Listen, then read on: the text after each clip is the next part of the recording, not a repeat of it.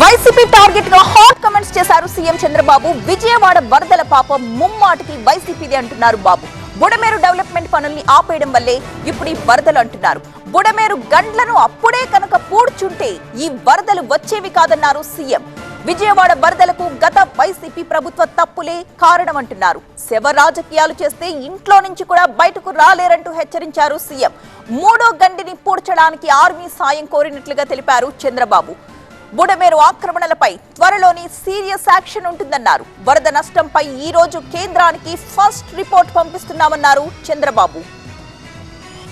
విజయవాడ వరదలకు వైసీపీనే కారణమంటూ సంచలన ఆరోపణలు చేశారు సీఎం చంద్రబాబు. ఎప్పటిలాగే వరద సహాయక చర్యల్ని వివరిస్తూనే వైసీపీపై తీవ్ర స్థాయిలో మండిపడ్డారు.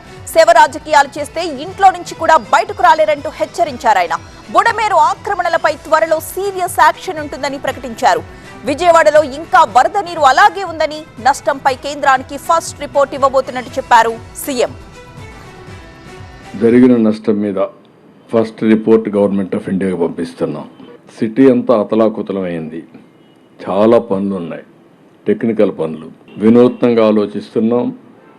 అల్టిమేట్గా ఒక బాధలో ఉండే ప్రతి ఒక్కరికి ఏమాత్రం ఫర్దర్గా ఇబ్బంది పడకూడదనే ఉద్దేశంతోనే ఈ కార్యక్రమాలన్నీ చేస్తున్నాను. ఇంకా కూడా వైఎస్ఆర్ కాంగ్రెస్ మాట్లాడుతున్నారు. దీనికి ప్రధానమైన కారణం వీళ్ళు, ద్రోహులు వీళ్ళు.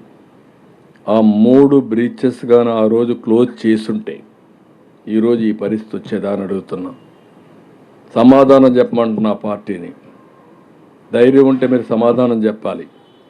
ఆ 3 బ్రిడ్జెస్ మీ కాలంలో పోయినాయా లేదా?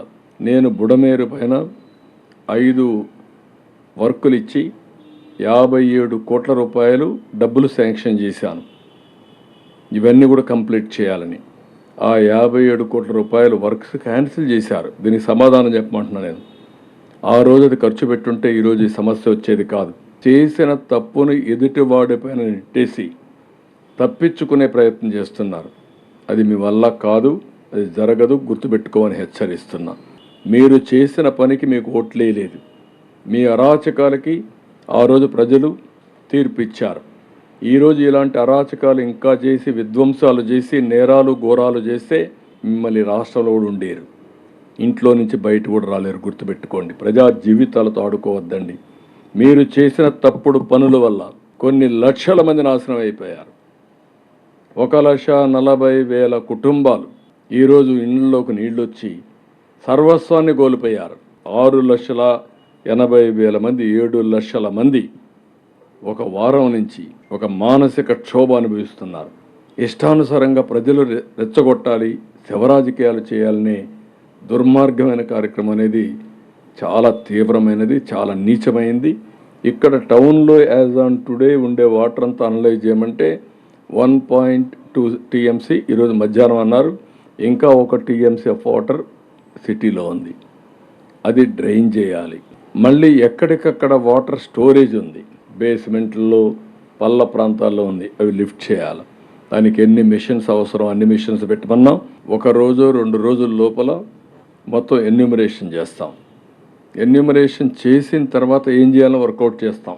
పవన్ కళ్యాణ్ గారు కూడా ఫీవర్ వచ్చి ఆయన కూడా మూమెంట్ రాలేకపోయాడు. కానీ మనసంతా ఏదో చేయాలని తాపంతో ఉన్నాడు. అందుకే అందరికంటే ఎక్కువ కాంట్రిబ్యూట్ చేశాడు ఒక వ్యక్తిగా. కొంతమంది పాలిటీషియన్స్ డెలిబరేట్గా ఎన్క్రోచ్మెంట్లు చేసి తప్పుడు డాక్యుమెంట్ చూపించి వీళ్ళు పట్టాలు చేశారని అలాంటి కేసులు కూడా ఉన్నాయి. దాన్ని ఏ విధంగా చేయాలని నేను అనలైజ్ చేసుకుంటాను. ఇప్పుడు కాదు, తర్వాత అనలైజ్ చేస్తాం. అనలైజ్ చేసి మళ్ళీ ఇలాంటి సమస్య ఒక రాజధాని ఏరియాలో బుడమేరు లాంటి సమస్య రావడానికి వీల్లేదు. That is the biggest mistake committed by previous government.